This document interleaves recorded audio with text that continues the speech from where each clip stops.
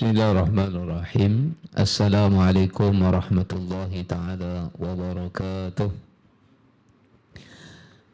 Alhamdulillah Rabbil Alamin. Wassalatu wassalamu ala ashrafil anbiya'i wal mursalin wa ala alihi wa sahbihi ajma'in. Allahumma salli wa sallim ala sayyidina Muhammadin al-fatihi lima ughliq wal khatimi lima sabaq nasiril haq bil haq wal hadi ila siratikal mustaqim. Sallallahu alaihi wa ala alihi wa sahbihi haqqa qadrihi wa miqdarihi al-azim. Allahumma inna nas'aluka ilman nafi'a wa rizqan tayyiba wa amalan mutaqabbala. Amin, amin, amin ya rabbal alamin. Wa ba'du. Bahagia Tuan Imam Ali Jatan Kuasa Masjid dan yang diraikan, kasihi dan dihormati pada malam ini di jemputan ahli panel forum perdana sempena sambutan kemerdekaan ke-65 untuk negara Malaysia kita. Alhamdulillah, bersama dengan kita ahli panel yang pertama yang tidak asing bagi kita, salah seorang tenaga pengajar pengisi kuliah juga di Masjid Al-Fatih ini, iaitu berbahagia Profesor Madya Dr. Muhammad Gaddafi bin Haji Rafi'i. Selamat datang Dr. Apa khabar? Baik, tanya Ustaz ni dia tak makan lagi. Jadi dia tak makan ni tak dicakap banyak dia kata. Baik. Ahli panel yang kedua, tuan-tuan dan puan yang kasih rahmati Allah Ta'ala, ialah yang didatangkan jauh daripada Selangor, iaitu Al-Fadhil Ustaz Muhammad Nazmi bin Abdul Karim. Biasanya kita akan melihat Ustaz Nazmi kita ini bergandingan dengan Syekh Quraim Hafizallahu Ta'ala. Jadi Allahumma salli ala Muhammad malam ni bersendirian bersama dengan kita juga, Alhamdulillah. Tetapi ruh dan juga semangat Syekh Quraim tu tetap ada. Bayang-bayang itu tetap ada, insya-Allah. Malam ini tuan-tuan dan puan ibu ayah kasih rahmati oleh Allah Subhanahu wa taala, tajuk forum perdana kita ialah merdekakah kita jika Islam itu dihina. Tengok daripada tajuk macam nak bergaduh, tapi kita tak nak bergaduh. Zaman-zaman bergaduh ni dah lah. No? Tajuk ni dengan soal tanya ni payah. Jadi, buaya kasih rahmati oleh Allah Subhanahu wa taala, kita ada 2 pusingan bagi setiap ahli panel kita, dan setiap pusingan kita bagi masa 20 minit. Paling banyak. Paling banyak. Kalau ada tambahan kepada panel yang kedua, iaitu Ustaz Nazmi sendirilah sebab jauh. Dr. Gaddafi dia orang kata apa? Dia asabah kepada Ustaz Nazmi. Dia hebah masa Ustaz Nazmi bagi cakap banyak. Baik, tak boleh kalau Ustaz, no? Tak ada masalah, kita tengoklah ke mana pun. Baik. Jadi, buaya kasih rahmati oleh Allah Subhanahu wa taala, kita boleh menyaksikan forum perdana, kuliah, tazkirah, ceramah berkaitan dengan merdeka. Merdeka ni dengan tajuk kita pada malam ini, merdekakah kita jika Islam dihina. Bertepatan dengan Allahumma salli ala Muhammad, isu-isu yang berlaku sekitar sebulan 2 ini dengan penghinaan kepada Islam, sama ada kepada Allah Subhanahu wa taala sendiri, kepada baginda Nabi kita Muhammad sallallahu alaihi wasallam, terutamanya daripada segi aspek akhlak yang runtuh di kalangan umat Islam di akhir zaman ini, terutamanya di negara Malaysia kita.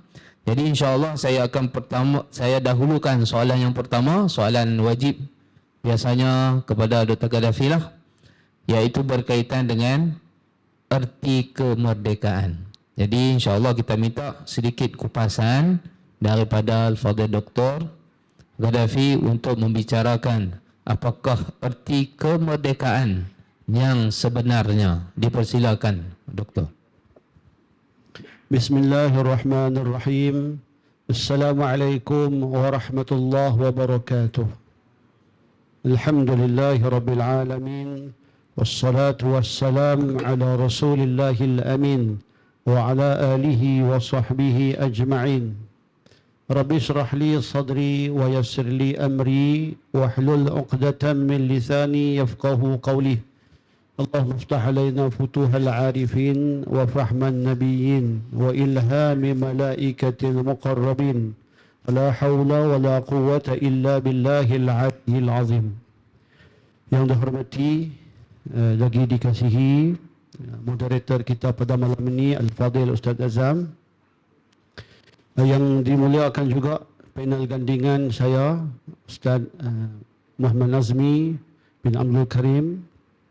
Seterusnya yang saya muliakan pegawai-pegawai masjid, ahli jawatankuasa masjid, tuan-tuan guru, ustaz-ustazah, datuk datin, muslimin, muslimat yang dirahmati Allah Subhanahu wa taala sekalian. Alhamdulillah, kita bersyukur kepada Allah Subhanahu wa taala. Hari ini kita diberikan kurniaan oleh Allah untuk sekali lagi pada kali yang ke-65 kemerdekaan negara kita Malaysia. Walaupun mungkin malam ni ada yang umur dia tak sampai lagi 65, tapi dia dah sambut kemerdekaan yang 65. Dan mungkin juga yang ada pada malam ni umurnya lebih daripada kemerdekaan negara Malaysia ataupun tanah Melayu ni, mungkin lebih daripada 65 tahun. Tapi tak kisah sama ada lebih daripada tanah air kita merdeka umur ataupun kurang daripada umur ni, maka apa yang kita sebutkan, kita bersyukur kepada Allah Subhanahu wa taala atas nikmat kemerdekaan yang Allah Subhanahu wa taala anugerahkan kepada kita bagi negara ini. Tuan-tuan dan puan-puan muslimin muslimat yang dirahmati Allah, oleh kerana saya ni tiap-tiap bulan juga sini macam Ustaz Azam lah. Jadi kami ni kalau bercakap pun dia masing kurang. Dia kurang. Dia kalau Tok Bomo ni dia kata kurang mustajab lah, kurang mujarab dia. Nah, jadi malam ni kami nak ambil sikit-sikit, saya nak ambil sikit-sikit saja insya-Allah sebagai peneman kepada sahabat saya ni yang datang daripada jauh. Kita raikan tetamu kita insya-Allah, yang kita akan bagi dia cakap banyak. Dan kita pun tahu Ustaz Nazmi memang cakap banyak. Dia kalau bagi dia cakap sikit-sikit, dia kata dia tak mau main. Jadi oleh kerana tu, jadi saya akan skipkan masa saya insya-Allah. Cuma malam ni kita nak bicara tentang merdeka sikit. Bila sebut merdeka ni, dia ambil daripada perkataan Sanskrit yang disebut dengan kalimah mahardika. Mahardika. Kalau mahar saja dia mahar kahwin. Ustaz Azam, tu lain. Tapi mahardika yang membawa maksud kepada keagungan, kekayaan, keluasan dan kehebatan. Ni dalam bahasa Sanskrit. Jadi orang Melayu ni, kita dalam bahasa Melayu banyak dipengaruhi oleh bahasa Sanskrit. Jadi dia bawa kepada makna tersebut. Tetapi kalau kita istilahkan dalam bahasa Arab, iaitu satu bahasa yang cukup sinonim dengan umat Islam. Kenapa bahasa Arab sinonim dengan umat Islam ni? Kerana kita orang Islam ni, kita ada satu sumber yang datang daripada Allah Ta'ala dalam bahasa Arab. Sebab itu membuatkan umat Islam di seluruh dunia, tak kiralah bangsa apa sekalipun, sama ada bangsa Melayu, bangsa Cina, bangsa India, bangsa Arab, bangsa Eropah dan sebagainya, maka bahasa Arab menjadi satu bahasa penyatuan kepada kita. Bahasa untuk kita memahami perundangan-perundangan Allah Subhanahu wa taala dan juga apa yang disampaikan oleh Rasulullah sallallahu alaihi wasallam. Sebab itu suka malam ni untuk saya juga mengistilahkan kemerdekaan ini daripada perkataan Arab itu sendiri. Dalam kalimah Arab, kalau nak sebut merdeka ni ada 3 sebutan. Keselaluan lah. Mungkin Ustaz Nazmi dia ada lagi bahasa-bahasa lain. Sebab Syria ni banyak lagi bahasa-bahasa dia. Jadi keselaluan pakai ni, satu dia sebut dengan hurriyah. Merdeka ni sebut dengan hurriyah.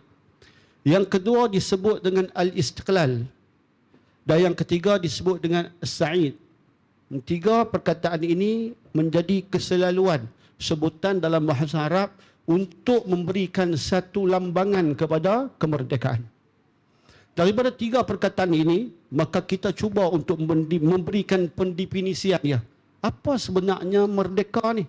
Apa yang dimaksudkan dengan hurriyah, istiqlal dan Sa'id? Maka para ulama kita cuba untuk memberikan penjelasan daripada kalimah ni sebab dia sangat sinonim dengan kita dan dia sebenarnya lebih menepati kepada umat Islam. Umat Islam melihat merdeka ini bukan hanya sekadar membebaskan diri dan negara ini daripada penjajah. Itu memang keselaluan sebutan pada kita. Kalau kita tanya budak-budak di sekolah, pelak-pelak kita di sekolah atau anak kita di rumah. Atau kadang-kadangnya kita sendiri pun sebut apa itu merdeka. Maka kita akan sebut merdeka ialah dibebaskan kita daripada belenggu penjajah. Itu biasa. Tetapi yang lebih menarik lagi, merdeka ni cara sebenar, cara yang dipandang oleh perspektif Islam, menyebut bahawa merdeka itu ialah membebaskan diri dan apa juga yang ada pada manusia itu menjadi pemilikkan dia. Apa juga yang ada pada dia, sama ada pemikiran, tutur kata atau panca indera, atau tubuh badan dia, atau juga jiwa. Bebaskan semua yang saya sebut ni daripada cengkaman makhluk. Daripada cengkaman makhluk kepada mentaati Allah Subhanahu wa taala. Ni yang kita ambil penjelasan bebas atau merdeka itu daripada tiga perkataan: hurriyah, istiqlal dan sa'id. Membebaskan diri daripada makhluk, yang ini juga perlu untuk kita berikan sedikit penjelasan pada dia. Siapa makhluk ni? Makhluk ni siapa? Makhluk ini juga dibahagikan kepada tiga. Pertama, makhluk yang berupa manusia, iblis, syaitan, jin, batu, tumbuh-tumbuhan, binatang, macam tu. Makhluk yang diberikan penciptaan yang hidup pada dia.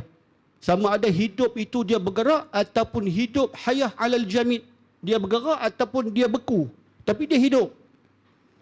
Maka makhluk-makhluk ini diistilahkan dia juga sebagai makhluk yang perlu untuk diberikan kebebasan pada dia. Ataupun kita sebagai hamba Allah Ta'ala ni mesti bebas daripada cengkaman makhluk ni.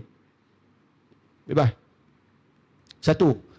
Yang kedua, bebas juga kita ni pada makhluk, iaitu makhluk yang bernama nafsu. Nafsu pun makhluk. Sebab dia juga adalah daripada ciptaan Allah Subhanahu wa taala. Nah, apa juga yang dicipta oleh Allah itu makhluk. Yang ketiga, bebas daripada cengkaman makhluk yang berupa nikmat yang Allah berikan kepada manusia, yang mana nikmat tersebut adalah untuk kegunaan manusia bagi menguruskan diri mereka di dunia. Apa nikmat-nikmat tersebut yang berupa makhluk tadi? Berupa perkara-perkara keduniaan. Antara perkara keduniaan, kuasa, jawatan, harta benda, duit ringgit dan sebagainya, anak pinak, keturunan. Ini semua termasuk dalam pengistilahan makhluk. Jadi jelas pada kita bahawa yang dimaksudkan dengan merdeka itu sebenarnya ialah kita melepaskan dan membebaskan diri kita ini, semua yang ada pada kita, daripada cengkaman makhluk-makhluk ini, dan kita terus menjadi hamba yang taat kepada Allah Subhanahu wa taala. Jadi kita nak kena bebas daripada iblis. Apa cara nak bebas pada iblis? Sebab kalau kita hidup hari ini pun, tuan-tuan dan puan-puan, muslimin muslimat yang dirahmati Allah, walaupun kita sebut penjajah sudah pergi meninggalkan kita dan negara kita ni, tapi adakah kita akan merdeka? Kita sudah dianggap merdeka secara sebenar? Kalaulah kita juga tak boleh lagi membebaskan diri kita daripada cengkaman iblis, cengkaman jin, dan cengkaman daripada hawa nafsu, dan cengkaman daripada nikmat-nikmat dunia hari ini pun, kita juga masih dikira sebagai golongan atau hamba Allah Subhanahu wa taala yang belum lagi mencapai kemerdekaan yang sebenar. Jadi bila disebut tentang kemerdekaan ini secara keseluruhan, apa matlamat kepada merdeka ini? Disebut dalam satu pengistilahan, laisa as-sa'id man adraka al-'aid walakin as-sa'id man najata li nafsi fi yaumil wa'id. Bukanlah dikira kamu ini menyambut sesuatu perayaan hasil daripada kemenangan atau kemerdekaan tadi. Bila kita sambut saja. Kita sambut ya. Mai hari merdeka kita sambut. Mai hari merdeka kita sambut. Kita kebak bendera. Kita buat konsert. Nak memenuhi hari kemerdekaan kita. Nak tayang kata kita ni seronok sungguh dengan merdeka ni. Bila Allah anugerahkan kemerdekaan macam tu, kita seronok. Kita nak abang, kita seronok. Sebab tu kita menari, kita berjoget. Dan segala hidangan tadi yang berbentuk hiburan kepada kita. Maka disebut, kalau itu yang kita buat, maka itu belum mencapai kepada kemerdekaan yang sebenar. Tapi kemerdekaan yang kita inginkan ialah walakinnas sa'id man adrakal nafsi liyaumil wa'id, iaitu kemerdekaan sebenar adalah apabila mana sampai di hadapan Allah Subhanahu wa taala kelak kita akan dibebaskan oleh Allah Subhanahu wa taala daripada nerakanya.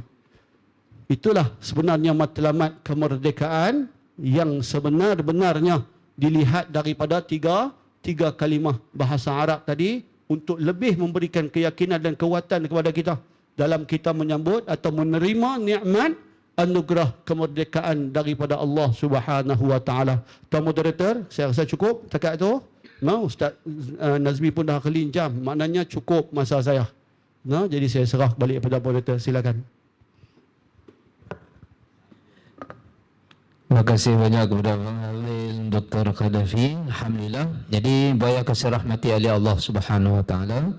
Itu sedikit sebanyak tentang pengertian merdeka.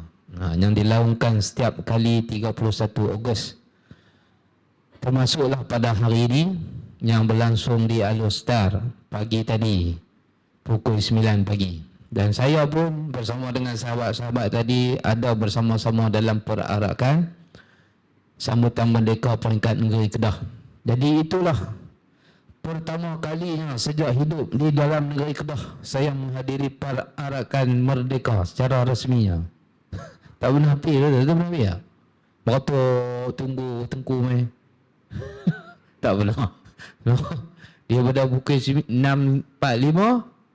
pukul 9. Time kami 10.30. Allah Rabbi. Kalau boleh iktikaf pukul atas tu tak apa lah juga. Banyak juga pahala. Apa pun, ibu ayah kasih rahmati oleh Allah Subhanahu wa taala. Itulah merdeka yang kita melihat sambutan yang dilakukan setiap tahun, saban tahun. Boleh tengok tadi, saya tengok sini daripada yang tua hinggalah yang muda datang untuk meraihkan hari kemerdekaan. Ada yang sanggup membuka aurat, mendedah aurat hanya semata-mata nak menunjuk hak ni lah cara postman lama main hantar surat.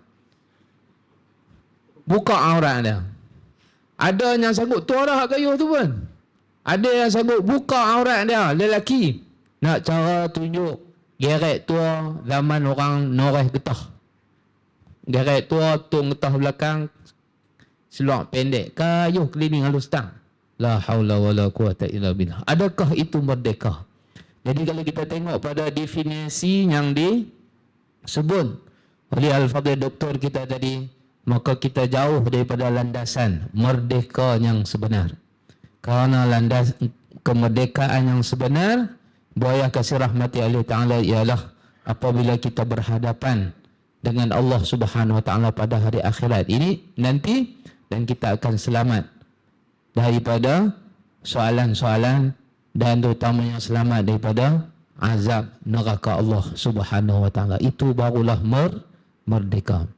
Sebab itulah buaya kasih rahmati Allah Ta'ala, untuk pusingan pertama kepada Fadil Ustaz Muhammad Nazmi kita pada malam ini masih lagi berkaitan dengan akhlak, keruntuhan. Sebab itu terjadinya tajuk kita pada malam ini, merdekakah kita apabila Islam itu dihina. Islam itu dihina. Dan saya memberi ruang kepada Al-Fadhil Ustaz Muhammad Nazmi untuk mengupas soalannya, ialah bagaimanakah akhlak Nabi kita Muhammad sallallahu alaihi wasallam ketika memerdekakan kota Mekah Al-Mukarramah? Kepada Fadil Ustaz dipersilakan. A'udzubillahi minasyaitonirrajim. Bismillahirrahmanirrahim. Assalamualaikum warahmatullahi taala wabarakatuh. Alhamdulillahi rabbil alamin wassalatu wassalamu ala sayyidina Muhammadin wa ala alihi wa sahbihi ajma'in. Allahumma alimna ma yanfa'una wanfa'na bima 'allamtana wa zidna ilman wa 'amalan mutaqabbala warzuqna rizqan halalan katsiran wasi'an ya arhamar rahimin. Allahumma inna qad istawda'na bima 'allamtanahu fardurhu ilayna عند حاجتنا إليه ولا تنسنا يا رب العالمين. اللهم أخرجنا من ظلمات الجهل وأكرمنا بنور العلم وأحسن أخلاقنا بنور الحلم. وصلى الله على سيدنا محمد وعلى آله وصحبه وبارك وسلم. أما بعد. Yang nak mulakan Ustaz moderator kita, ya, Ustaz Azmuddin Zainuddin ni. Dan juga ahli panel yang pertama merupakan tuan guru kita semua, sahabat Ana juga, Syekh Profesor Doktor. Itu yang mahal tu. Ya.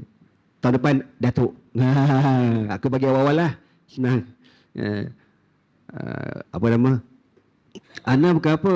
Kalau tulis kod Melayu ni macam tak puas hati je baca. Khadafi, dia Qazaf. Macam mana Ustaz? Dia kena sebut kod Arab juga buat sedap bunyi kan.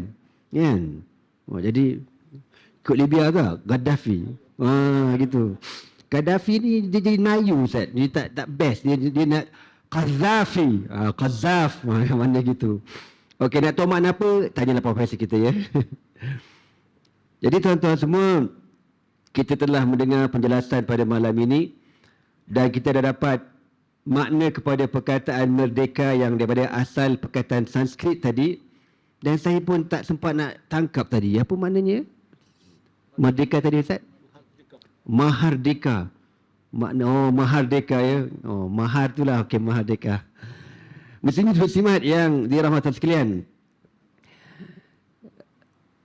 Cumanya dalam sejarah Islam, wallahu alam yang saya baca, yang tuan-tuan baca lagi banyaklah. Setakat yang Ana jumpa, istilah merdeka ini mungkin kita orang kata dapat apabila negara umat Islam itu dijajah. Baru keluar perkataan al-istiqlal al-watani, kemerdekaan negara tersebut. Sedangkan di zaman Rasulullah SAW, ketika Nabi SAW memerdekakan kota Makkah, dia panggil apa dia? Fathu Makkah. Dia panggil apa? Fathu Makkah. Atau Fathul Azam, pembukaan yang besar, pembukaan kota Makkah. Begitu juga apabila para mujahidin ashabu Rasulullah sallallahu alaihi wasallam pergi berjuang berjihad, membuka negara demi negara, dia tak panggil al-istiqlal, dia panggil al-futuhatu al-islamiyatu, pembukaan Islam, kemenangan demi kemenangan. Jadi istilah kemerdekaan ini yang wallahu alam yang anda faham, apabila negara itu dijajah oleh penjajah, baru keluar perkataan al-istiqlal, merdeka itu. Tapi kalau ikut bermula zaman Nabi SAW dan juga semua yang dilakukan oleh para sahabat Nabi radhiyallahu ta'ala anhu, dipanggil apa? Al-futuhatu al-islamiyatu, kemenangan atau pembukaan Islam kepada negara-negara yang belum Islam. Rasulullah SAW pada tahun 8 Hijrah, Allah Subhanahu wa taala memberikan keizinan kepada Rasulullah SAW untuk menakluki kota Makkah. Ada ulama-ulama yang memanggil sebagai ghazwah juga, ada ulama kata peperangan, tetapi kebanyakan ulama tak mengatakan peperangan sebab dia masuk dengan secara aman, Fathu Makkah. Apabila Rasulullah SAW, kalau kita lihat sedikit latar belakang sejarah ini, lebih kurang pada tahun 6 Hijrah atau awal 7 Hijrah, satu hari Nabi mengumpulkan para sahabat. Kebiasaan Nabi lepas sembahyang subuh, Nabi akan tanya dekat para sahabat, man minkum yara ru'yah, siapa di kalangan kamu yang bermimpi malam tadi? Kalau ada mimpi, cerita dekat Nabi, nanti Nabi akan takbirkan mimpi itu. Kalau ada, adalah. Kalau tak ada, Nabi akan cerita apa yang Nabi mimpi. Maka Nabi SAW kata, aku melihat kita, Nabi dan para sahabat, masuk ke dalam kota Makkah dalam keadaan berihram dan dalam keadaan melafazkan talbiyah, labbaik Allahumma labbaik. Maknanya apa? Tandanya Nabi akan masuk ke Mekah. Setelah Nabi diharamkan balik ke kampung halaman, lebih kurang 6 tahun. Nabi tak dibenarkan menjejakkan kaki ke kota Makkah setelah Nabi keluar berhijrah ke Madinah Al-Munawwarah. Jadi, apabila Nabi mimpi benda itu tuan-tuan, Nabi dan para sahabat bersiap sedia nak masuk ke kota Makkah. Dan kita sedia maklum, ru'yatul anbiya wahyun. Mimpi para Nabi ini wahyu. Bukan mimpi kita kerapu kita mimpi tuan-tuan. Jangan kata nak wahyu lah mengarut mimpi kita ni. Maka pada tahun 6 Hijrah itu, Nabi dan para sahabat seramai 1,500 orang bergerak menuju ke kota Makkah dengan harapan terbenarnya mimpi Nabi itu.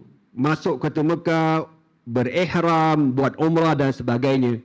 Ditakdirkan Allah, qadarullah ma syaa fa'al, Nabi dihalang, tak boleh masuk. Ya, kita pun tahu dalam peristiwa, dalam sirah dia panggil apa? Dia panggil Amul Hudaybiyah, berlakulah perjanjian Hudaybiyah. Sebab Nabi tak boleh masuk, berlakulah perjanjian antara Nabi dengan orang kafir Quraisy. Panjang ceritanya. Tuan-tuan semua, apabila dilakukan perjanjian Hudaybiyah ini, antara isi kandungan perjanjian tersebut akan berlakunya gencatan senjata antara Madinah dengan Mekah, mana orang Islam tak berperang dengan orang kafir, lebih kurang dalam tempoh 10 tahun tak ada peperangan. Siapa yang langgar perjanjian ni, masak kau. Itu bahasa KL lah. Kau langgar perjanjian, kau kena. Jadi tadi Allah Subhanahu Wa Taala, orang kafir Mekah ni dia langgar perjanjian. Apabila ada dua kabilah, kabilah Khuza'ah dengan kabilah Bakr. Kabilah Khuza'ah, diorang nak bersama dengan Nabi SAW. Kabilah Bakrin nak bersama dengan orang-orang Quraisy. Dan diorang ni semua ada persengketaan di zaman jahilah. Bergaduh tak habis-habis. Berperang tak habis-habis. Orang Arab tuan-tuan, benda kecil dia boleh perang. Kalau kita belajar dulu dekat negara Arab, Syria ke Mesir ke, tengok Arab accident tepi jalan. Kita tengok dia punya berkumpul tu tuan-tuan, macam bertumbuk ah. Langgar buntut sikit, jalan pun tidak. Tapi dia punya kecoh kau bagian nak arak. Itu style Arab. Zaman jahiliah lebih teruk lagi. Kalau kita ingat lagi sejarah, ketika renovation Kaabah tu, nak letak Al-Hajarul Aswad, hampir-hampir berperang, bergaduh 3 hari 3 malam, berebut siapa yang layak letak Hajarul Aswad. Hampir-hampir berbunuhan tuan-tuan. Nak letak batu tu je. Mudah Nabi settle. Jadi ke cerita kita. Ditarikan Allah, Bani Khuza'ah bersama dengan Quraisy, kabilah Khuza'ah bersama Quraisy, kabilah tu Bakrin bersama dengan Nabi SAW.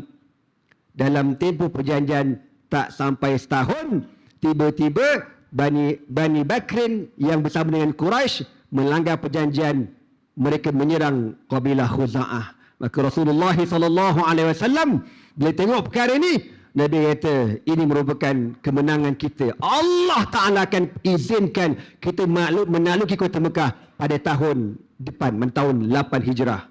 Asalnya gencatan senjata 10 tahun. Tapi Allah Ta'ala nak menyegerakan. Dan Allah Subhanahu Wa Ta'ala, apabila nak benda itu berlaku, Allah Ta'ala akan azala kulla mawani'ihi. Allah akan hilangkan semua sekatan-sekatan yang boleh menyekat perkara tersebut. Kan? Kalau Allah nak beri kemenangan, Allah boleh buat. Tapi kalau Allah nak melambatkan, itu hak Allah Subhanahu Wa Ta'ala. Tuan-tuan semua, lalu berlakulah peristiwa Fathu Makkah. Nabi dan para sahabat selama lebih kurang 10,000 para mujahidin bersiap sedia untuk menaklukki kota Makkah. Dan Rasulullah SAW dah sebut awal-awal dah. Kita ada list senarai nama. Ni semua ni mangkuk ayun, kau tahu tak? Dapat jumpa mamat dia dekat Mekah, faqtuluhu, bunuh mereka. Wa in wajadtum yata'allaquna bi astari Ka'bati, Sekalipun kau nampak 7, 6, 10 nama ni duk bergayut dekat kelambu Kaabah, minta ampun, bunuh dia orang jangan bagi chance. Sebab jahat gila dia orang ni tuan-tuan. Lalu Nabi SAW pun bergerak menuju ke kota Makkah. Orang kafir Quraisy ni masa itu tuan-tuan, pada tahun 8 Hijrah ni diorang dah down. Diorang kalah, Badar kalah, Uhud menang kejap je, lepas tu kalah balik. Khandaq pun kalah. Semua peperangan kalah. Ramai dia punya ayahanda kawasan, abang kawasan semua dah mati belaka. Bahkan panglima mereka yang hebat, seperti contoh Amr bin Al-As dah masuk Islam. Khalid bin Al-Walid masuk pada tahun 7 Hijrah masuk Islam. Ikrimah bin Abi Jahlin belum lagi. Tapi bila Khalid bin Al-Walid masuk Islam, dia dah jadi down sikit gitu tuan-tuan. Kita teruskan ke macam mana ni? On terus. On, okey. Jadi Rasulullah SAW on the way masuk ke dalam kota Makkah, dan Nabi mengarahkan para sahabat supaya kepung kota Makkah ni. Dan sebelum Nabi masuk, Nabi arahkan seorang sahabat buat pengumuman. Sahabat kata apa? Jadi orang Mekah masa ni tuan-tuan dah tak ada apa dah. Nabi SAW amat mengetahui keadaan politik di tanah Arab ini. Orang Arab, semenanjung Arab, dia panggil Jaziratul Arabiyah ni, atau Jaziratul Arab ni tuan-tuan. Semua etnik Arab, diorang takkan ikut Nabi sehingga ditundukkan Quraisy. Quraisy yang menjaga kota Makkah tu ditundukkan dia dulu, baru semua orang Arab akan ikut Nabi SAW. Maknanya kena kuasai Mekah dulu. Kuasai Mekah, semua akan follow belaka. Macam kita kat Malaysia lah, kena kuasai Putrajaya dulu tuan-tuan. Kalau tak kuasai itu lambat lagi lah. Tuan-tuan semua. Jadi apabila Rasulullah SAW sampai, Nabi hantar wakil, dan wakil ni kata apa? Rasulullah SAW pesan, man dakhala al-masjid fahuwa amin. Siapa yang menyuruh masuk dalam kawasan Masjidil Haram, dia selamat. Mana kami takkan tangkap, kami takkan apa-apakan mereka. Wa man dakhala darahu wa aghlaqa babahu fahuwa amin. Siapa yang masuk rumah dia, tutup pintu, tutup tingkap, dia selamat. Jangan kacau kami, jangan provok kami. Wa man dakhala dara Abi Sufyan fahuwa amin. Dan barang siapa yang masuk ke rumah Abu Sufyan, dia pun selamat juga. Kenapa Nabi letak nama Abu Sufyan? Abu Sufyan bin Harbin. Bukan Abu Sufyan bin Al-Harith. Abu Sufyan bin Al-Harith, sepupu Rasulullah SAW. Nabi ada seorang pakcik bernama Al-Harith, adik beradik dengan Abdullah, bapa Nabi. Tapi dua-dua Abu Sufyan ni masuk Islam tuan-tuan. Abu Sufyan bin Harbin yang akan datang nanti daripada zuriat keturunan dia menjadi mengasaskan kerajaan Islam Bani Umayyah yang memerintah selama lebih kurang 93 tahun. Dan di zaman itulah berlakunya Al-Futuhatul Islamiyah yang lebih hebat lagi. Maka Nabi sebut nama man dakhala dara Abi Sufyan fahuwa amin. Abu Sufyan ni zaman tu dia dah paling berpengaruh, kira veteran, senior sangat. Selevel-level ni semua dah mati. Abu Jahal, Abu Lahab, Labu Labi and the gang semua dah KO belaka. Tinggal dia seorang aja yang paling berpengaruh. Bila Nabi sebut nama dia, orang Mekah pun rasa maknanya Nabi masih kenangkan Abu Sufyan ni. Orang dihormati. Sebab itu kan Nabi kata dalam hadis, anzilun nasa manazilahum. Letak orang ni biar tempat, kena tempatnya. Contoh kalau orang tu ada namanya, ada gelaran datuk, panggil datuk dia. Ada gelaran Tan Sri, panggil Tan Sri. Profesor, panggil profesor. Doktor, panggil doktor. Anzilun nasa manazilahum. Letakkan orang tu di tempatnya. Maka Abu Sufyan, bila Nabi sebut nama dia, siapa yang masuk dekat rumah Abu Sufyan, berselindung dekat rumah dia, dia selamat. Itu antara sebab Abu Sufyan makin rapat kepada Islam tuan-tuan. Walaupun dia masuk Islam lebih awal beberapa hari sebelum Nabi masuk ke dalam kota Makkah. Tuan-tuan semua, sekarang semua pintu masuk kota Makkah telah disekat. Tak boleh masuk, tak boleh keluar. Kau nak ke mana? Adalah beberapa orang yang berjaya melarikan diri. Antaranya Ikrimah bin Abi Jahlin, dia berjaya melarikan diri. Semua dah kumpul ni depan Kaabah ni. Semua ketor-ketor, Terengganu kata ketor, takut. Umar Al-Khattab, para sahabat yang lain dah standby pedang ni. Shing, shing. Hari ni berapa kepala? Ni pasal apa ni semua muka-muka mangkuk ayun ni yang lawan Nabi SAW. Sejak Nabi berdakwah dekat Mekah 13 tahun, campur hari ni lebih kurang masuk 8 tahun, hari ke-8 Hijrah, korang semua lawan Nabi. Kau lawan Nabi. Tunggu masa, tunggu. Berdebah je. Ini kalau kena pancung habis kau. Maka Nabi tanya dekat orang semua ni, "Madza tazunnu anni fa'ilun bikum?" Agak-agak korang semua, apakah tindakan yang aku nak buat pada kamu? Apakah tindakan yang aku nak buat pada kamu? Orang kafir Quraisy ni tuan-tuan, diorang benci ke Nabi, lawan Nabi daripada muda lawan Nabi, tahu tak? Tapi diorang takkan lupa yang Nabi ni ada akhlak. Wa innaka la'ala khuluqin azim. Sesungguhnya engkau wahai Muhammad mempunyai akhlak yang tertinggi. Wa kana khuluqul Quran. Akhlak Nabi itu Al-Quran. Orang kafir dia benci macam mana kat Nabi pun, dia tahu bab akhlak terbaik Muhammad sallallahu alaihi wasallam terbaik. Maka Nabi kata, "Madza tazunnu anni fa'ilun bikum?" Agak-agak korang, apakah tindakan yang aku nak buat kat korang semua ni? Berdebar ni. Maka jawapan orang Quraisy serentak tuan-tuan, yang kena tawan ni kata apa? Akhun karim wa ibnu akhin karim. Wahai Muhammad, engkau merupakan saudara kami yang mulia, engkau anak saudara kami yang mulia. Mengaku saudara, engkau tahu? Mengaku saudara. Dulu lauhan. Kata ahli sihir lah, duduk 4 belalang lah, gila lah, tak apa-apa lagi. Hari ni mengaku saudara, engkau tahu?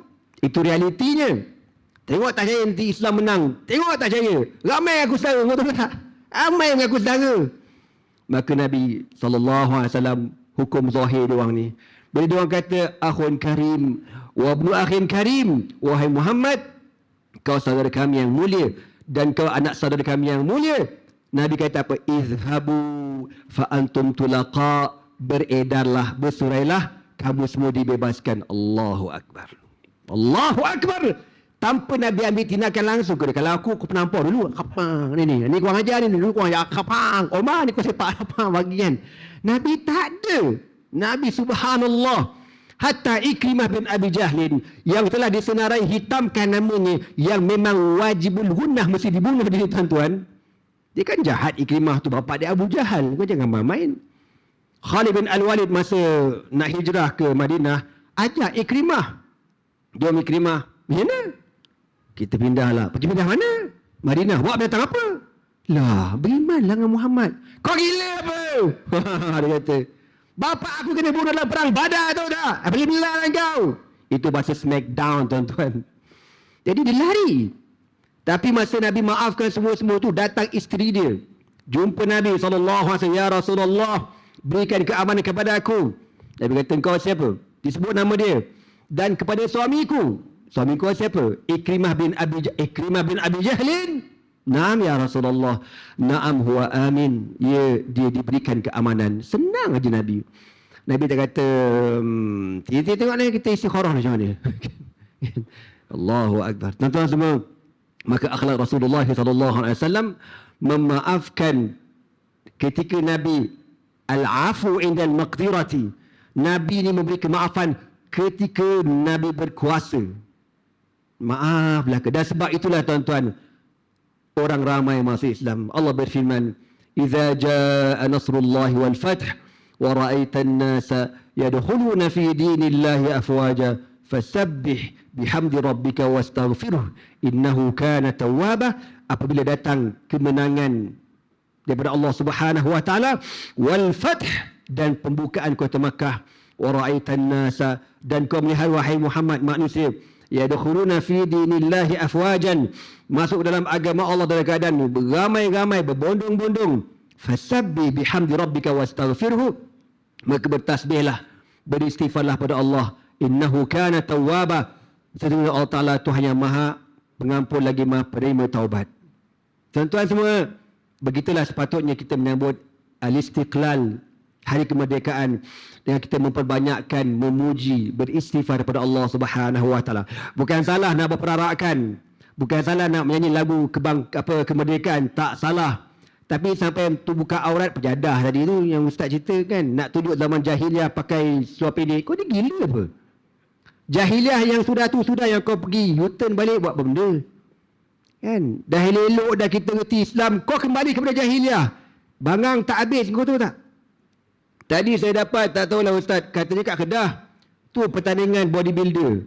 Haram jadah betul. Minta maaf, benda salah tetap salah lah. Tapi ada semacam ada provokasi, tuan-tuan. Ada orang provokasi benda ni. Inna lillahi wa inna ilaihi raji'un. Jadi, kita menyambut kemerdekaan ini, caranya apa? Fasabbih bihamdi rabbika wastaghfirhu. Bertasbih pada Allah, minta ampun pada Allah. Nak bagi tahu apa dia? Kemenangan yang diberikan ini bukan dengan sebab usaha kita, tetapi dengan sebab kurniaan Allah Subhanahu wa taala. Kita usaha yang memberi kemenangan sebenar Allah Subhanahu wa taala. Sebab tu Rasulullah sallallahu alaihi wasallam ketika masuk ke kota Mekah tu, kan Nabi masuk dan Nabi rubuhkan berhala-berhala. Nabi kata apa? Ja'al haqqu wa zahaqal batil. Innal batila kana zahuqan. Telah datang kebenaran dan hancurnya kebatilan, dan kebatilan pasti hancur. Habis dirubuh-rubuhkan berhala-berhala Tok Pek Kong yang ada 360 Tok Pek Kong yang ada dalam dan luar Kaabah. Tuan-tuan semua, membesarkan Allah merupakan tuntutan dalam menyambut kemerdekaan. Buat sembahyang hajat, buat tahlil, doa selamat, surat tasbih, itu tanda berterima kasih kepada Allah. Bukan kita buat benda-benda buang terbiat, apa benda aku tak tahu, menganggap belaka itu boleh menjahanam dan merosakkan yang tak sepatutnya kita buat.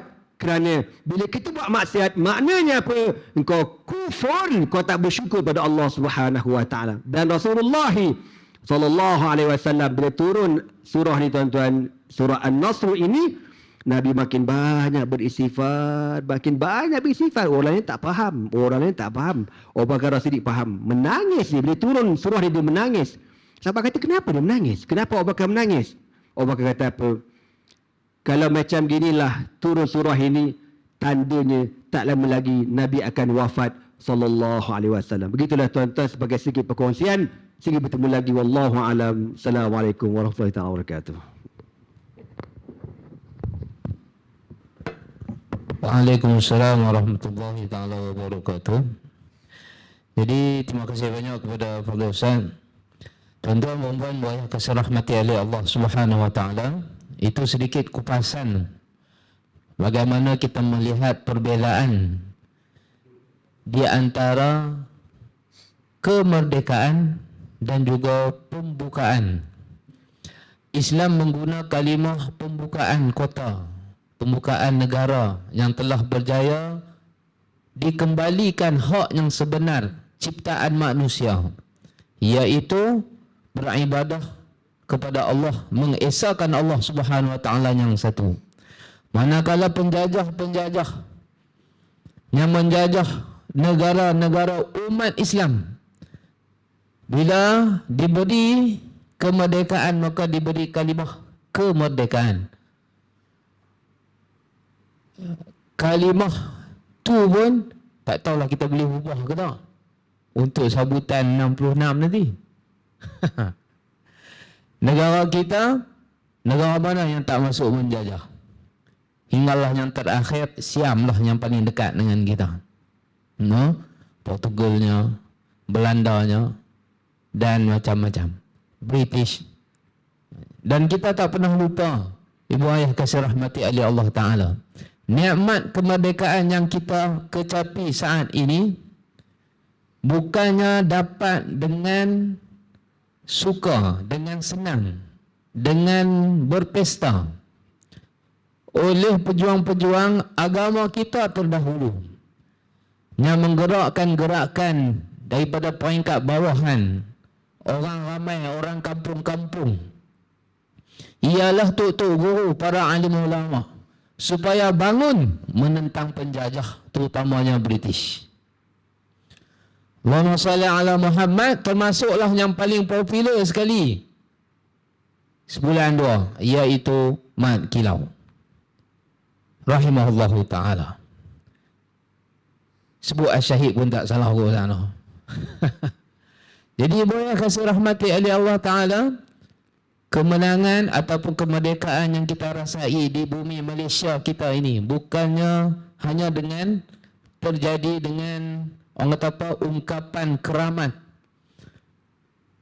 jampi serapah, tetapi didapat dengan hasil titisan darah. pengorbanan harta benda sehinggalah titisan darah. Dan pejuang-pejuang agama kita dahulu mana pernah dapat pingat datuk ke apa kata ada? Tak ada. Yang dia dapat pingat datuk ni orang lain ni. Dan kita melihat bagaimanakah perjuangan mereka untuk memahamkan masyarakat umat Islam zaman sekarang ni apa itu merdeka. Yang kita dulu tahu merdeka buah bendera. Kadang-kadang lagu negaraku pun tak berapa nak bangkit menyanyi kita ni. Kan? Lagu negaraku. Kalau orang suruh bangun, suruh hafal kan? Suruh menyanyi kan? Sangkut juga kan? Kan? Kita boleh kira ni. Sebab kita tak menghayati kemerdekaan tu. Hubbul watan. Cinta kepada negara. Itu sebahagian daripada kesempurnaan iman. Jadi ibu ayah kasih rahmati oleh Allah Ta'ala, kita melihat Nabi kita SAW orang yang paling mulia di atas muka dunia, makhluk, orang paling comel di sisi Allah Subhanahu Wa Ta'ala, role model yang utama. Bagaimana Nabi SAW membuka kota Mekah, menunjukkan akhlak yang mulia, yang mana akhlak baginda Nabi SAW yang mulia itu telah dilihat sendiri oleh kafir Quraisy sebelum mereka menghalau Nabi SAW dan juga umat Islam yang lain ditekan di kota Mekah Al-Mukarramah sehingga kan para sahabat berhijrah ke kota Madinah. Kali kedua mereka melihat kembali akhlak mulia baginda Nabi SAW yang memaafkan, tak ingat langsung, maaf, lupakan kesalahan lama. Hampa semua aku bebas, pilah mana-mana pun. Bukannya tak ada syarat. Pembebasan tanpa syarat, Ustaz Nazmi, no? Hampa masuk Islam, aku bebas. Tak masuk Islam, Umar panjung. Ada. Hampa pilah mana-mana pun. Aku maafkan. Jadi buaya keserahmati Allah Ta'ala, kita nak selami akhlak baginda Nabi kita Muhammad sallallahu alaihi wasallam yang mempunyai hati yang besar. Orang yang punya hati besar ni buaya keserahmati Allah Ta'ala, orang buat pilah apa ke dia pun, dia maafkan. Jangan sentuh bab agama. Sentuh pribadi, ya saya maafkan. Maafkan. Tapi kalau sentuh bab agama yang salah, kena kata salah. Itulah yang berlaku kepada sahabat mulia baginda Nabi SAW. Salah seorang sarjan ke lieutenant ke tak tahulah nak bagi. Bila mana dia utuskan oleh panglima perang khalifah ketika itu Sayyidina Umar bin Al-Khattab radhiyallahu taala anhu kepada sahabat mulia Rabi' bin Amir radhiyallahu taala anhu untuk membuka kota Baghdad, Iraq, kota Baghdad lah, Iraq yang kita lebih masyhur dengan nama perang Qadisiyah yang berlaku pada bulan Muharram, 14 Muharram 636 Masihi, zaman Khalifah Umar bin Al-Khattab radhiyallahu taala anhu. Sayyidina Umar tak hantar Khalid bin Al-Walid radhiyallahu taala anhu, Sa'ad bin Abi Waqqas. Nabi tak hantar hak general tinggi-tinggi dah. Hantar Rabi' bin Amir radhiyallahu taala anhu. Dia bukannya panglima utama. Dia cahaya. Orang kata apa? Tentera biasa. Tentera biasa. Pi jumpa siapa? Rustum Farakhzan. Panglima perang yang paling berpengaruh di kalangan tentera Parsi. Dulu ni Islam Parsi dengan Rom lah. Jadi buaya kasih rahmati Allah Ta'ala, hebat. Pi jumpa panglima perang yang paling gagah perkasa. 200,000 tentera di bawah dia. Tentera perang Qadisiyah, buaya kasih rahmati Allah Ta'ala, umat Islam, tentera yang dibawa hanya 30,000 orang sahaja. Nak berhadapan 300,000. Siap dengan tentera bergajah di pihak musuh. Tapi Rabi' bin Amir pergi jumpa, tenang. Baju biasa saja. Baju biasa. Tanya siapa? Saya. Kok panglima kepada saya. Kan? Islam tak tengok pada tu semua. Jadi perbincangan sebelum perang ni dia ada perbincangan. Jadi ibu ayah kasih rahmati Allah Ta'ala, saya tak nak sembang tentang perang Qadisiyah. Cuma yang disebut oleh Rabi' bin Amir, tujuan kami Allah Ta'ala utuskan umat Islam di atas muka dunia untuk mengeluarkan perhambaan manusia kepada manusia kepada perhambaan manusia kepada Allah Subhanahu wa Ta'ala. Daripada kesempitan dunia kepada kebesaran dunia. Siapa yang menerima Islam, kami balik. Kami bukan ambil harta hangpa. Kami bukan ambil tahta jawatan hangpa. Hangpa masuk Islam, selesai kerja kami. Kalau hangpa lawan, tolak Islam, kami akan perang sampai hangpa terima Islam. Terkejut Rustum. Tu dia tentera biasa jawab macam tu lah. Bukannya general. Lah ni Datuk Brigade General macam-macam. Apa dia kata tentang Islam? Orang hina Nabi dia, apa dia kata? Apa dia punya, orang kata respon dia pada media sosial ke apa respon dia? Senyap je. Ujung tahun dapat pangkat, naik lagi. Untuk Islam tak ada apa. Jadi ibu ayah kasih rahmatillah, tajuk ni bukan nak bergaduh lah. Baik.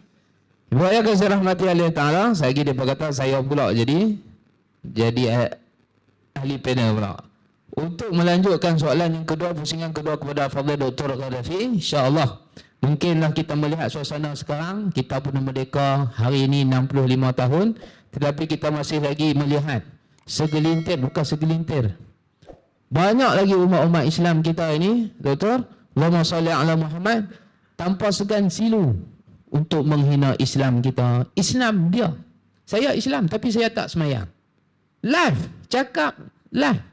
Saya Islam, saya tak semayang. Saya tak puasa. Ratus ribu orang tengok dia punya live. Betapa rosaknya umat Islam ini. Sebab itu kepada Fadil Doktor Gaddafi mungkin boleh kupas sikit kenapa situasi ini terus berlaku. Kepada Al-Fadil Doktor dipersilakan.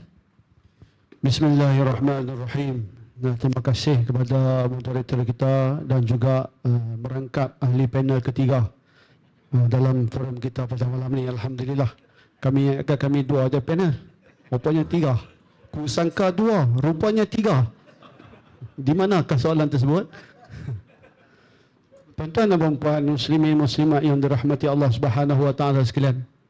Jadi bila kita melihat situasi yang berlaku dalam negara kita hari ini, sesudah 65 tahun kita merdeka, sepatutnya apabila mana tanah Melayu ataupun Malaysia ini yang menjadi negara umat Islam telah bebas ataupun dimerdekakan ataupun telah merdeka ini, maka pastinya kita sebagai umat Islam akan lebih menjamin dengan kehidupan kita sebagai umat Islam dan apa yang ada pada Islam ini. Sepatutnya. Tetapi suatu keadaan yang memberikan satu hambaran pada hidup kita hari ini, bila kita melihat dalam suasana hadi ini, mendatangkan satu debaran dalam jiwa kita, dalam hati kita, dan kadang-kalanya mendatangkan kemarahan pada kita. Apabila mana kita mendengar banyak hinaan-hinaan yang telah dilakukan kepada Islam, yang membabitkan kadang-kalanya menghina Allah, menghina Nabi kita sallallahu alaihi wasallam, menghina Al-Quran, menghina apa juga tata cara dan perundangan yang didatangkan oleh Allah Subhanahu wa taala dan Rasul, dihina. Yang menghina itu jikalau mana mereka datang daripada kelompok-kelompok penjajah ataupun orang-orang yang bukan Islam, itu masih boleh lagi secara berfikirnya kita rasakan itu mungkin ya, sebab mereka bukan Islam. Tapi yang menyedihkan kita, sangat menyedihkan kita tuan-tuan dan puan-puan, ibu ayah saya sekalian, yang menyatakan penghinaan itu adalah juga terdiri daripada kalangan umat Islam. Walaupun tak ramai mereka ni, segelintir, tapi segelintir ini pun adalah penyakit. Kita dalam badan kita ni, kalau cukup sikit naik jerawat kan di muka ataupun kudir kan di muka, cukuplah. Tak usah banyak lah, naik kudir sikit atas ni, tak comel lah. Dia mencacatkan semua. Walaupun kita pakai lawa macam mana pun, tengok kudir duduk atas ni. Jam kering dia panggil. Kampung saya ada panggil jengkreng. Sebab itu penyakit dalam umat hari ini, penyakit inilah yang membawa satu perkara yang perlu untuk kita lihat. Kenapa keadaan ini berlaku? Kenapa penghinaan kepada Islam ini terus berlaku dalam negara umat Islam? Terus saya nyatakanlah dengan mudah, penghinaan atau kemuliaan kepada hamba-hamba Allah Ta'ala ini sebenarnya terletak pada Allah Ta'ala. Allah Ta'ala yang menentukan sama ada kita ini dimuliakan atau kita dihina. Allah Ta'ala yang meletakkan sama ada keluarga ini dihina ataupun dimuliakan. Allah Ta'ala yang meletakkan bahawasanya adakah bangsa ini akan dihina ataupun dimuliakan. Peletakan pada Allah. Tetapi penghinaan ini ataupun peletakan hina daripada Allah Ta'ala ini mesti atas sebab. Mesti atas sebab. Kenapa Allah memberi penghinaan kepada kita hari ini? Itu dia punya quote and quote dia. Itu satu persoalan yang perlu untuk kita lihat dan kita teliti. Penghinaan yang berlaku hari ini adalah datang pastinya atas keredaan Allah. Allah nak bagi kepada kita satu pengetahuan. Kamu sedang dihina. Wahai umat Islam. Walau selepas merdeka, 65 tahun. Bukan sikit-sikit, 65 tahun ni, buaya saya sekalian tuan-tuan dan perempuan, kalau orang lah, 65 tahun ni dia cukup matang. Bukan takat cukup matang. Dia dekat nak mati lah. 65. Kalau anak dia pun dah 45-60 dah umur. 40-50 dah umur pun. Anak dia ada cucu 20-30 dah, 65 ni. Tapi Ustaz Nazmi kata, cucu ada dah. Ustaz Nazmi, tak ada lagi. Tapi kita, negara kita ni dalam kemerdekaan kita 65 tahun, tapi kita masih mendengar perkara-perkara ini dilarungkan dan dilakukan oleh rakyat kita sendiri. Ini satu penghinaan daripada Allah Ta'ala sebenarnya yang cukup besar kepada kita. Kenapa jadi begitu? Kenapa kita sedang dihina oleh Allah Ta'ala? Pertama, kerana kita sendiri pun bermain-main dengan apa yang datang daripada Allah Subhanahu Wa Ta'ala kepada kita.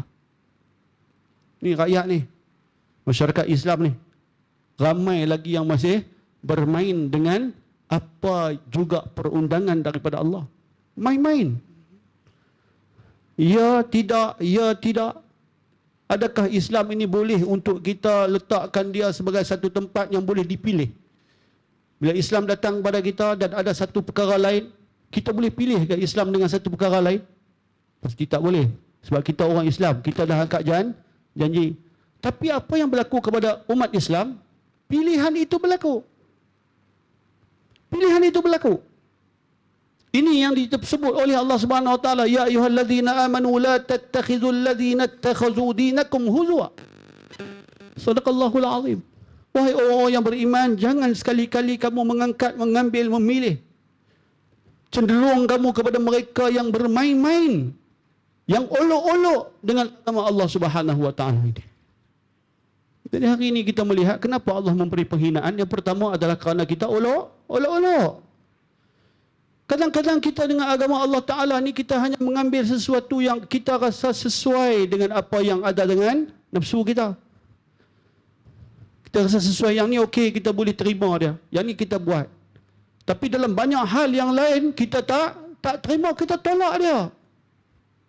Kita yang tolak dia.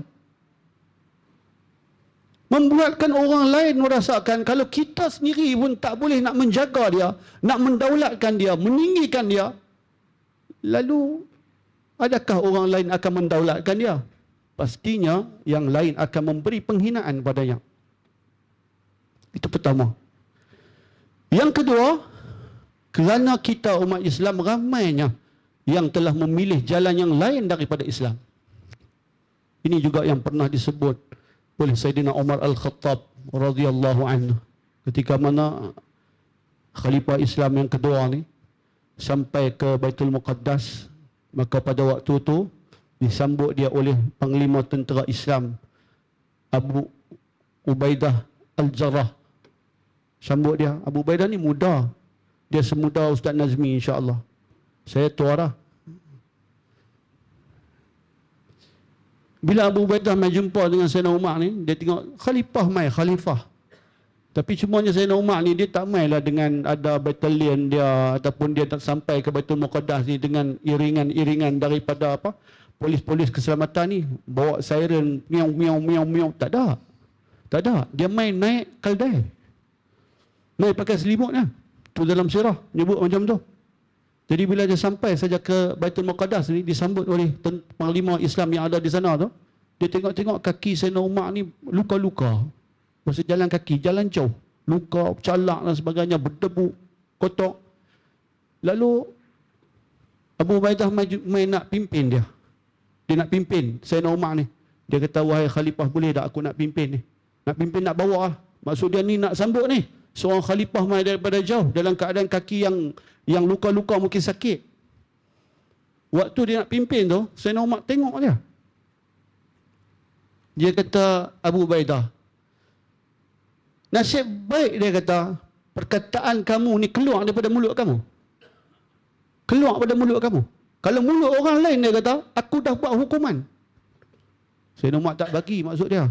Sayyidina Umar ni dia tak mau terima macam tu.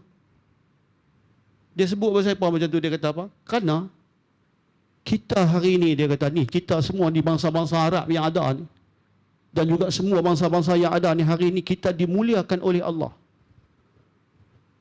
A'izzukumullahu bil Islam. Kita dimuliakan oleh Allah. Mahma tabtaghuna azzatu fi ghairih. Dan sekiranya kita memilih selain daripada Islam ini, ataupun selain daripada kemuliaan Islam ini untuk memuliakan diri kita, azallallah, maka Allah Subhanahu wa taala akan menghina kita.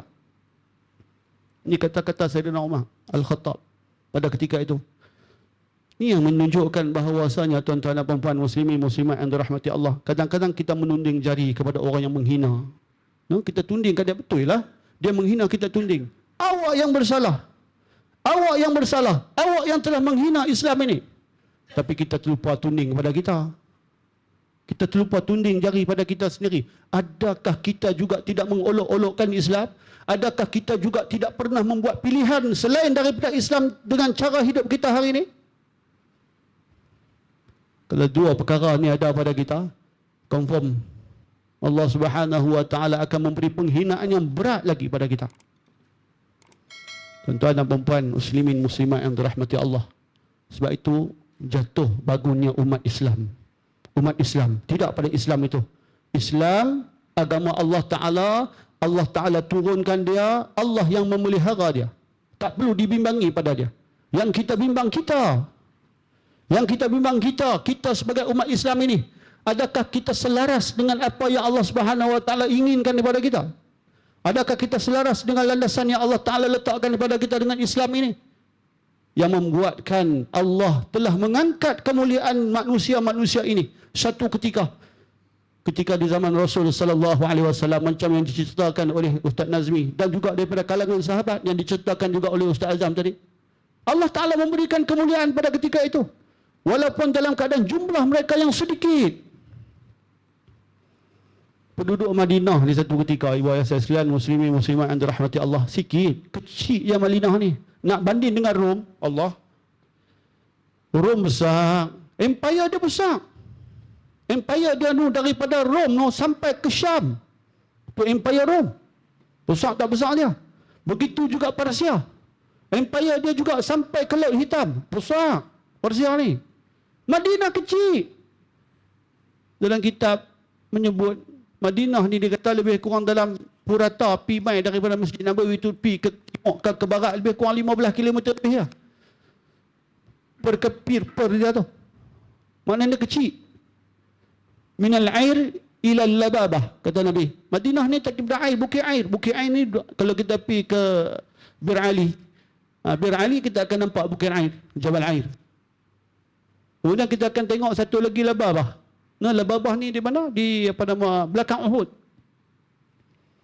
Itu ya, sampai tang tu ya. Persempadanan Madinah kecil. Tapi kecil-kecil Madinah ni, Rom gerun. Persia gerun. Sebut saja orang daripada Madinah mai dia gerun. Dia takut.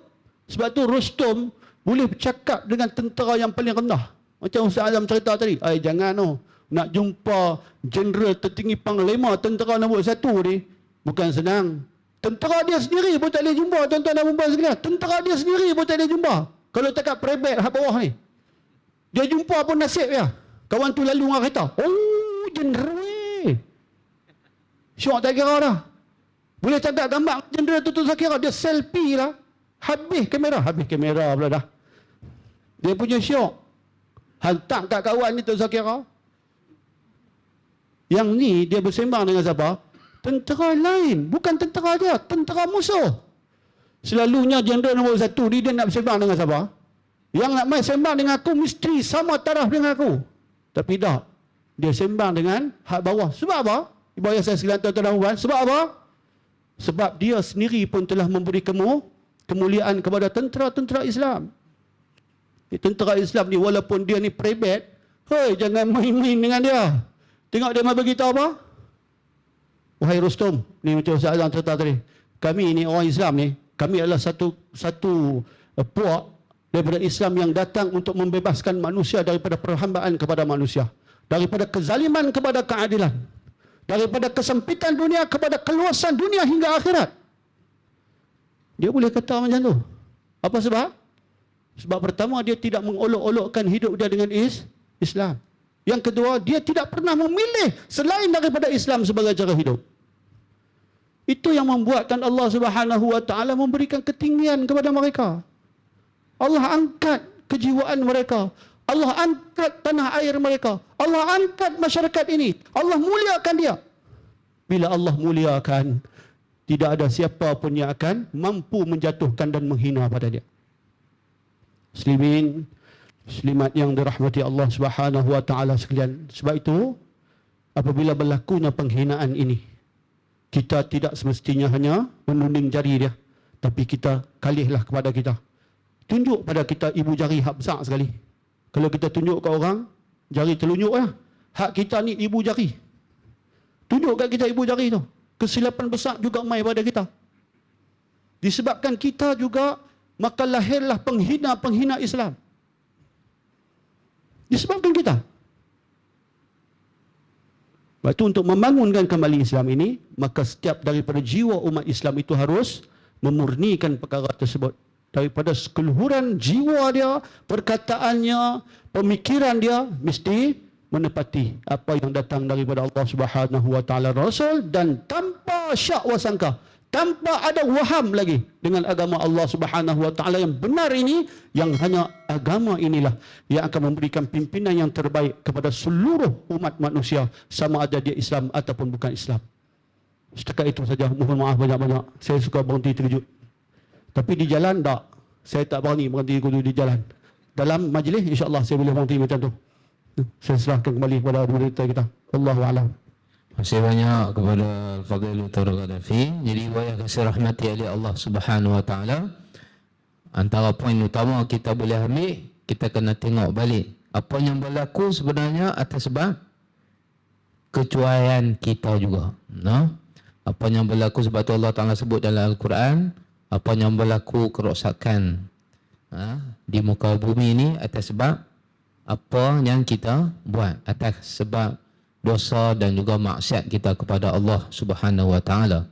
Yang ada kuasa di peringkat kepimpinan tidak melaksanakan amanah kepimpinan yang sebenar-benarnya, tidak melakukan tanggungjawab yang telah diamanahkan kepada mereka, yang diberikan oleh rakyat kepada mereka, untuk memastikan Islam itu dimuliakan.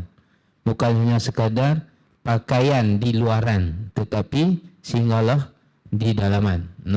Baik, seterusnya tanpa melengahkan masa lagi dan tak naklah jadi panel yang ketiga ni, terus kepada Fadhil Ustaz Muhammad Nazmi daripada realiti kehidupan kita pada ketika ini, 65 tahun kita menyambut kemerdekaan ini. Adakah kita ni benar-benar merdeka? Itu umum. Kita kecilkan sikit dalam erti kehidupan dunia kita. Dipersilakan Ustaz. Bismillahirrahmanirrahim. Alhamdulillah wassalatu wassalamu ala Rasulillah amma ba'du. Allah Subhanahu wa taala berfirman dalam Al-Quran, A'udzu billahi minasyaitonir rajim.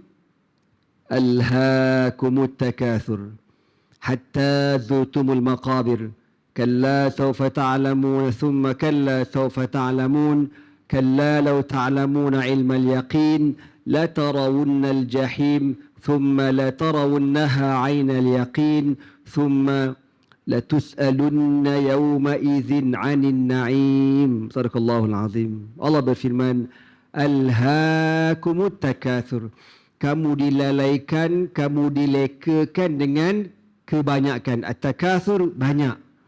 Banyak harta, banyak bisnes, banyak bini banyak. Banyak anak, banyak jawatan, gila glamour. Alhaakumut takatsur. Maknanya apa? Kita ni tak merdeka sebenarnya tuan-tuan. Ya, kita ni masih sibuk dengan dunia. Tapi rezeki kita alhamdulillah Allah pilih tuan-tuan. Dapat duduk kat surau, dapat duduk kat masjid, duduk dalam majlis ilmu. Ini merupakan nikmat daripada Allah Subhanahu wa taala. Ada orang tuan-tuan tak ada masa langsung. Ana pernah jumpa ada seorang cikgu cerita kat Ana.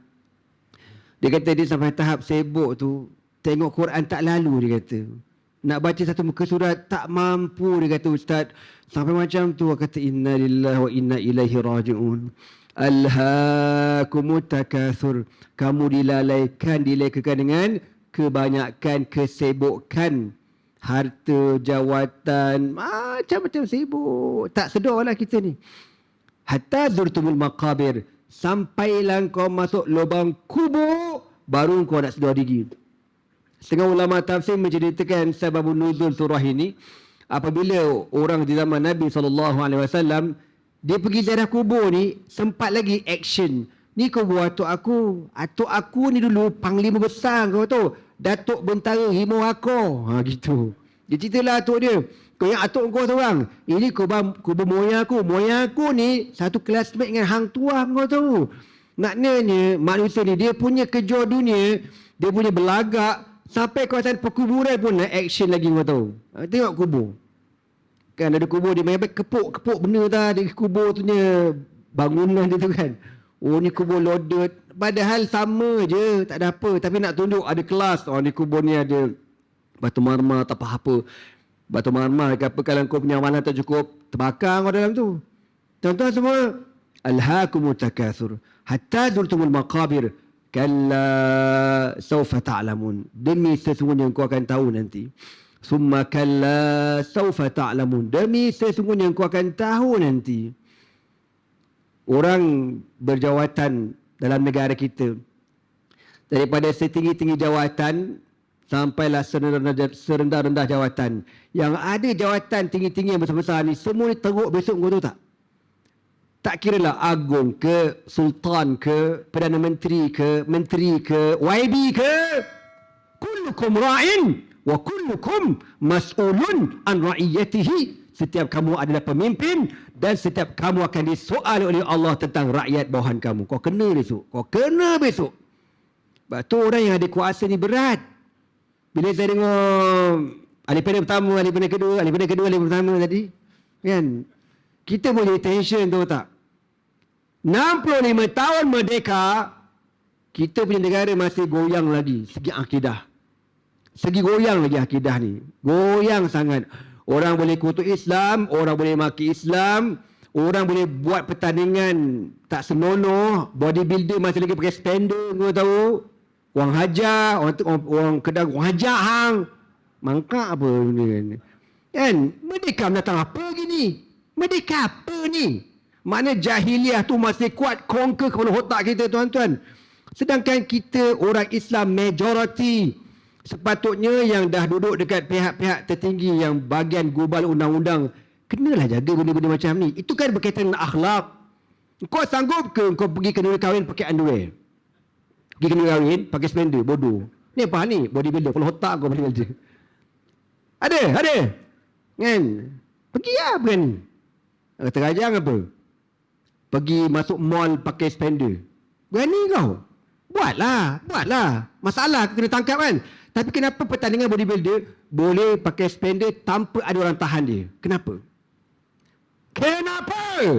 Aku geram ni.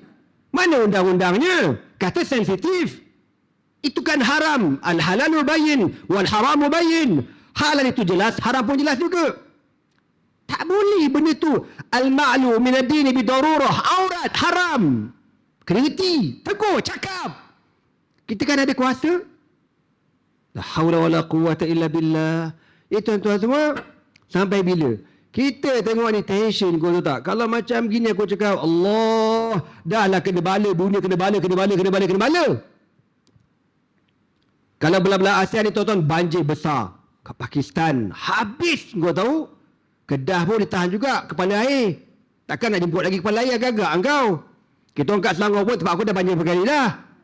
Dekat Eropah dah tahap kering, kemarau. Itu tanda dah akhir zaman, nak dekat kiamat. Maksiat masih buat lagi terang-terangan. Siapa tak sakit hati, Syekh? Tuan-tuan sakit hati ke tidak, tuan-tuan? Aku tak relax je korang ni.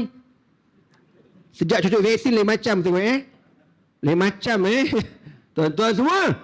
Sebab tu Nabi kata dalam hadis, siapa yang tengok kemungkaran, Nabi kata apa? Man ra'a minkum munkaran falyughayyirhu biyadihi. Kau nampak mungkar, kau kena cegah dengan tangan kau, dengan kuasa yang kau ada. Fa in lam tastati' fa bilisanihi. Kalau tak mampu, kena cegah dengan lidah. Kita orang ahli panel boleh cakap, tegur. Fa in lam tastati', kalau tak mampu, takut, fa biqalbihi, benci dengan hati. Wa dzalika adhaful iman. Itu yang paling lemah iman, Nabi kata. Tapi kalau orang tengok kemungkaran, dia langsung tak rasa apa. Dia rasa, tak ada apa ni, biasa dah ni, biasa Ustaz. Ni orang panggil hak ke istiq, pelotak tak apa-apa semua. Kalau kau tak ada perasaan, kau tak benci tengok kemungkaran, Nabi kata, walaysa wara'a dzalika mithqalu habbatin min iman. Kau langsung tak ada iman walau sebesar zarrah. Tak ada iman langsung. Na'udzubillah min zalik. Sebab tu yang ada kuasa, bila tengok benda macam ni, kau tak tegur, kau tanggung besok. Jadi tuan-tuan semua, inilah nak bagi tahu 60 tahun, 65, 66 merdeka, masih macam ni lagi tahap kita ni. Tak habis-habis dengan dunia kita, tak habis-habis dengan ikut segala telunjuk barat, tak apa-apa semua, lupakan hari akhirat. Benda-benda ni amat berisiko tinggi untuk masa depan kita. Masa depan kita bila? Lubang kubur. Lubang kubur ni masa depan. Bukan SPM, bukan SRP, bukan master, bukan profesor, bukan doktor, bukan. Itu bukan masa depan kita. Mustaqbaluna, masa depan kita fil lahdi. Dalam masuk je lubang liang lahat tu, bermulalah beberapa soalan. Man rabbuka? Wa ma dinuka? Wa man hadha ar-rajul? Wa kaifa arafta hadha ar-rajul? Kalau boleh jawablah ke soalan ni, soalan semua dah tahu, dah bocor lama soalan tuan-tuan. Soalan pun senang, tak panjang menjela. Soalan kubur ni aku rasa 5 minit tak sampai. Man rabbuka? Siapa Tuhan kamu? Allahu Rabbi. Kan? Wa ma dinuka? Apa agama kamu? Al-Islamu dini. Man hadzal rajul? Nanti dalam kubur akan ditunjukkan seorang manusia. Siapa lelaki ni?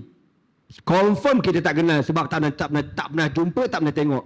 Tapi kalau kita atas dunia tuan-tuan, rajin baca Al-Quran, rajin ikut pengajian, ikut apa yang Nabi ajar, ikut semua jemaah, Allah izinkan kita menjawab hadza Muhammadun sallallahu alaihi wasallam.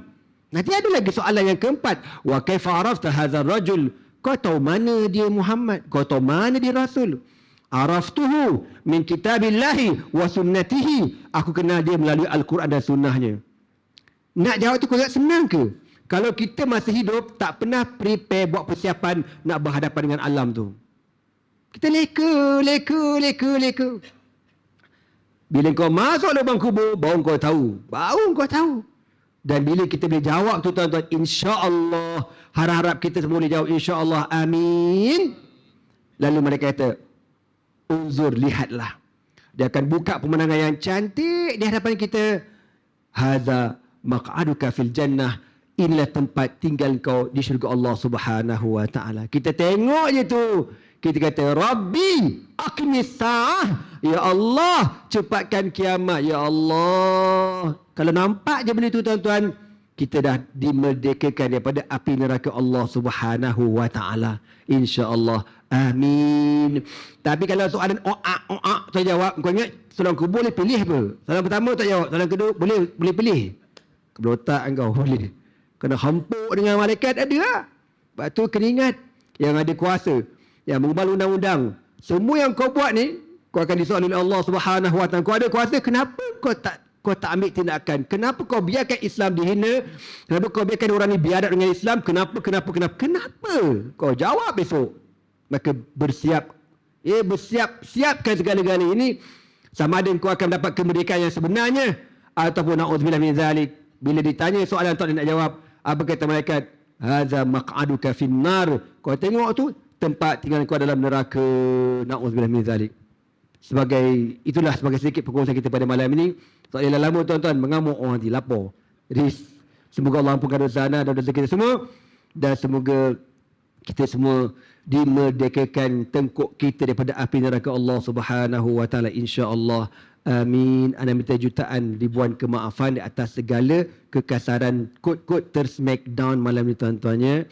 Cuma last call, ada sedikit pengumuman. Kami ada Ma'had Turas Al-Islami di Seksyen 16 Shah Alam, dan sekarang dalam pembinaan Ma'had baru dekat Jalan Kebun Shah Alam juga. Jadi kalau tuan-tuan nak menyumbangkan wakaf untuk Ma'had kami, amat-amat dialukan. Wallahu alam. Aqulu qouli hadza wa astaghfirullah li wa lakum. Wassalamualaikum warahmatullahi taala wabarakatuh. Waalaikumsalam warahmatullahi taala wabarakatuh. Tuan-tuan dan puan yang kasih rahmati Allah taala, alhamdulillah, dengan tamatnya pusingan yang kedua itu, maka kita hampir di akhir agenda forum perdana kemerdekaan kita pada tahun ini. Jutaan terima kasih kepada Al-Fadhil Dr. Profesor Dr. Gaddafi dan juga Fadhil Ustaz Muhammad Nazmi di atas ruangan masa dan juga memberi dapat hadir bersama-sama dengan kita di Masjid Al-Fatih pada hari ini. Terima kasih juga kepada tuan-tuan, puan-puan, ibu ayah kasih rahmati Allah Ta'ala yang masih lagi setia di tempat masing-masing. Alhamdulillah.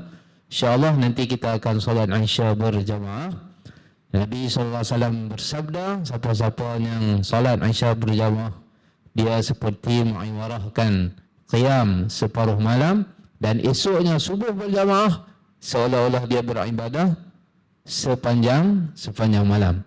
Jadi boleh kasih rahmati Allah Subhanahu wa taala, merdeka. Sebagai kesimpulannya, Allah Taala sebut dalam surah Al-A'raf ayat 96. A'udzubillahi minasyaitonir rajim.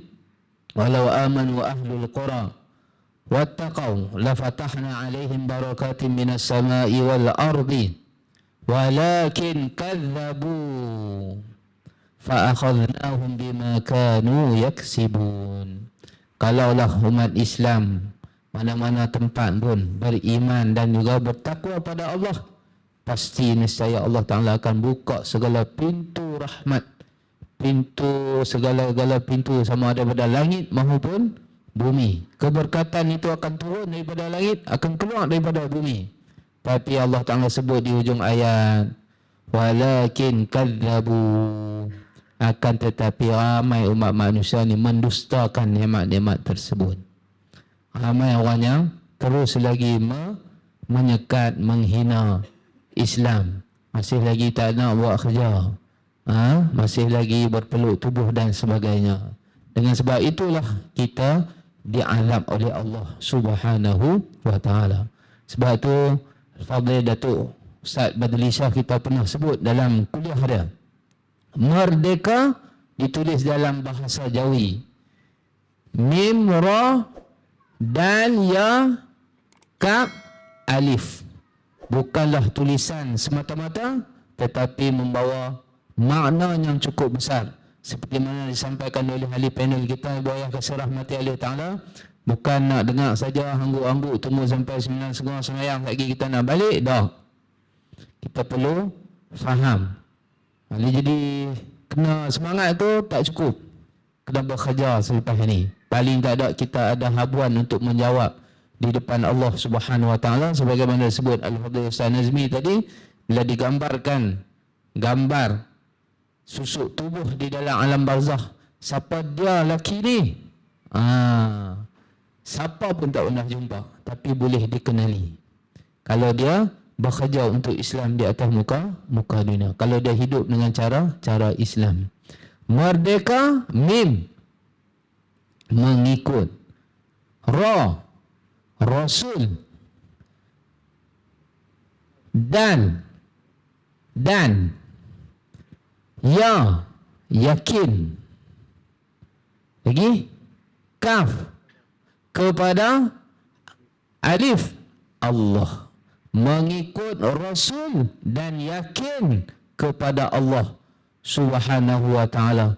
Semuanya kembali kepada asas akidah. Ibu ayah kasih rahmati oleh Allah Subhanahu wa ta'ala.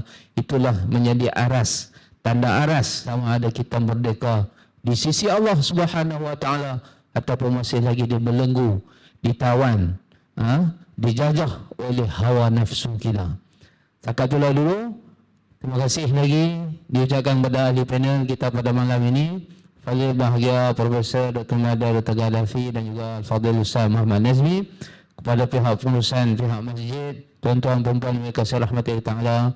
Lebih kurang salah silap pengendalian saya. Ni kali pertama forum perdana dalam hidup. Harap-harap tak ada lah orang suruh lain. Cukuplah takat ni, tak maulah. Allahumma salli ala Muhammad. Doakan juga saya insya-Allah akan bermusafir ke Sabah esok pagi pukul 7. Doakan keselamatan saya dan juga tim antara Yayasan Aman ke sana supaya selamat pergi dan pulang. Saat lagi pukul 3 pagi kena gerak pergi Penang lah. Jadi mudah-mudahan kami selamat semua. Apa yang disampaikan oleh ahli panel kita dapat fahami dan kita cuba bekerja untuk Islam insya-Allah. Setakat dulu. Aqulu qali hadza wa astaghfirullah li wa lakum. Assalamualaikum warahmatullahi taala wabarakatuh. Assalamualaikum warahmatullahi taala wabarakatuh.